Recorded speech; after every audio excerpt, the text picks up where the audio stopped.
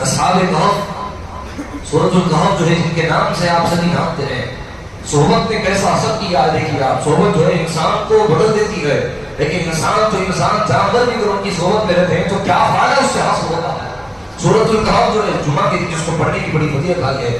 کہف کے معنی کون کیا غار کے آتے ہیں. تو وہ غار کون سا تھا؟ اللہ ہمارے ایک مقام پر جا کر اللہ کی عبادت اور بندگی کیے تو اللہ تعالیٰ نے اس غار کے نام کا سورہ اپنے کلام مجید میں نازل کر کے بتلا دیا ہے کہ میرا ولی میری بارگاہ میں شان والا نہیں ہوتا ہے، بلکہ وہ جس جگہ میری عبادت کرتا ہے وہ جگہ شان والی ہوتی ہے، وہ جگہ عظمت والی ہوتی ہے. غار کے نام کا اللہ پاک نے سورہ نازل کیا. تو حاضرین محترم وہ واقعہ دراصل یہ تھا کہ اس وقت حضرت عیسیٰ علیہ السلام کے وہ امتی تھے جو نوجوان تھے، اپنے ایمان کو بچانے کے لیے بادشاہ ظالم جو ہے ایمان والوں کو ہلاک اور برباد کر رہا تھا، تو اس کے ظلم سے اپنے آپ کو بچانے کے لیے، اپنے دین کو بچانے کے لیے وہ ہے نکل کر جو ہے ایک غار کا رخ کیا. جب وہ رات کی تاریکی میں نکل کر غار کی طرف جا رہے تھے تو اللہ سبحانہ و تعالیٰ نے جو ہے اس وقت معاملہ ان کے ساتھ ایسا کیا کہ ایک کتا جو ہے بھوکتا ہوا ان کے پیچھے آ گیا.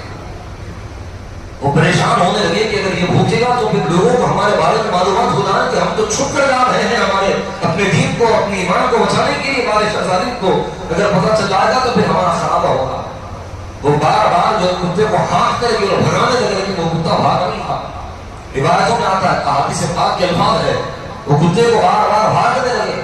جب مسلسل جو ہے بھگانے لگے جس کی وجہ سے جو اس کو زخم آیا، لیکن وہ زخم کھا کر بھی جو ہے ان کا پیچھا نہیں چھوڑا، پھر پیچھے آنے لگا.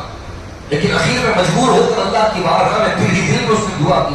اللہ نے اس کو انسانی بولی عطا فرمائی، قوت گویائی دی، بولنے کی صلاحیت دی. تو اس کتے نے کہا لا تخاف منی شیئا، انسانی بولی میں بولا کہ اے اللہ والو مجھ سے خوف مت کھاؤ، مجھ سے ڈرو مت، انا احب عذاب اللہ، میں بھی اللہ والوں سے محبت کرنے والا ہوں، میں بھی ان کی محبت کو اپنے دل میں بسانے والا ہوں.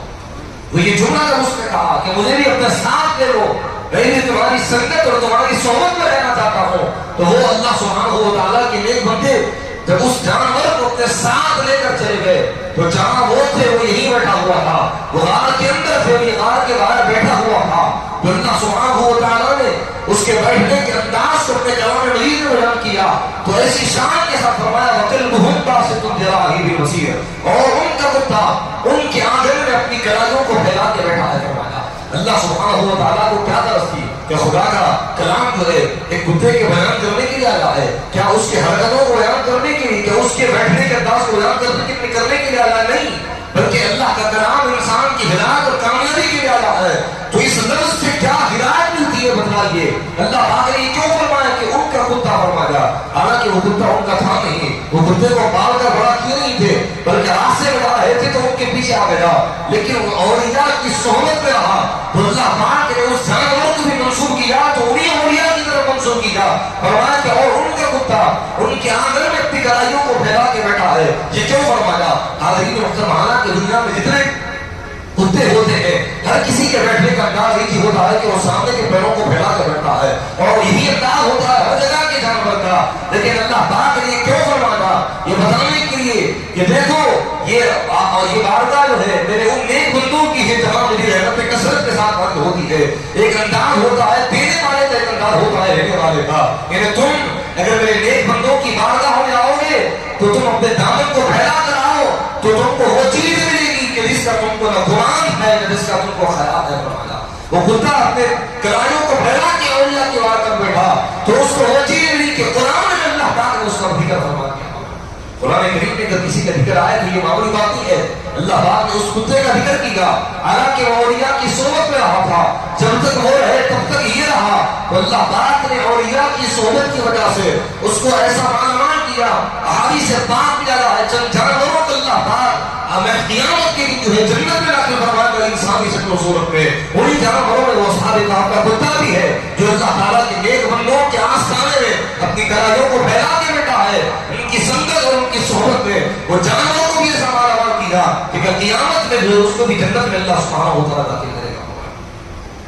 تو حاضرین محترم، صحبت اولیاء کا میں بتا رہا ہوں تو ان کی صحبت جو ہے انسان کو ہی نہیں بلکہ جانور بھی جو رہتا ہے تو اس کو بھی ایسا باغبان بنا دیتی ہے کہ قرآن کریم میں جو ہے اس کا بیان آیا اور اس کے بیٹھنے کا ذکر اللہ سبحانہ و تعالیٰ نے اپنے کلام مجید میں کر کے بتایا ہے کہ یہ بارگاہیں اور یہ آسمان ایسے ہوتے ہیں کہ اگر تم میرے ان نیک بندوں کی بارگاہوں میں جاؤ گے تو اپنے دامن کو اگر پھیلا کر جاؤ گے تو اللہ سبحانہ و تعالیٰ جو ہے تم کو اپنی رحمتوں سے اور اپنے بے پناہ فضل و کرم سے مالامال فرمائے گا۔ حدیث پاک ہے، نبی کریم صلی اللہ علیہ وسلم کا ارشاد مبارک ہے، حبیب پاک علیہ السلام فرماتے ہیں کہ وہ نیک بندوں کا یہ معاملہ ہوتا ہے کہ ان کی زندگی کا مقصد صرف مخلوق کی ہدایت اور کامیابی ہے، اس کے علاوہ کوئی اور دنیاوی فائدہ حاصل کرنا مقصد نہیں ہوتا ہے۔ جب وہ اپنے آپ کو خدا کا کر دیتے ہیں تو اللہ سبحانہ و تعالیٰ فرماتا ہے، ایک مشہور ہے کہ من کان للہ کان اللہ له، جو اللہ کا ہو جاتا ہے اللہ بھی اس کا ہو جاتا ہے۔ یعنی میرا بندہ جب میری بات کو جو نہیں دیتا میں میرے بندے کی بات کرنے نہیں دیتا۔ آقا فرماتے ہیں کہ ان کی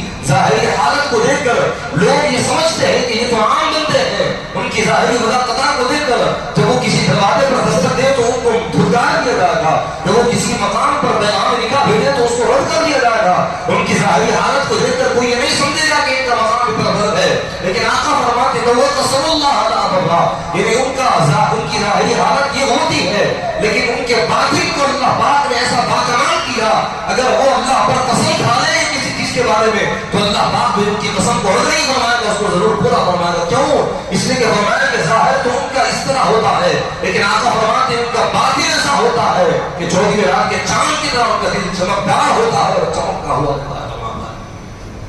اشان جو ہے بشر کے مقام میں اللہ سبحانہ و تعالیٰ کی ظاہر فرمائے۔ بھائی محترم، اس لیے جو ہے ان کی مبارک زندگی کو اگر پڑھا جائے گا اور اس کی سیرت سے اگر آگہی حاصل کی جائے گی تو اللہ سبحانہ و تعالیٰ جو ہے زندگی میں جو ہے انقلاب پیدا فرمائے گا۔ کیوں؟ اس لیے کہ کثرت کے ساتھ ان کا ذکر کرنا جو گناہوں کا کفارہ بھی ہے حدیث پاک کی روح سے، اور اپنے باطن کی اصلاح کا جو ہے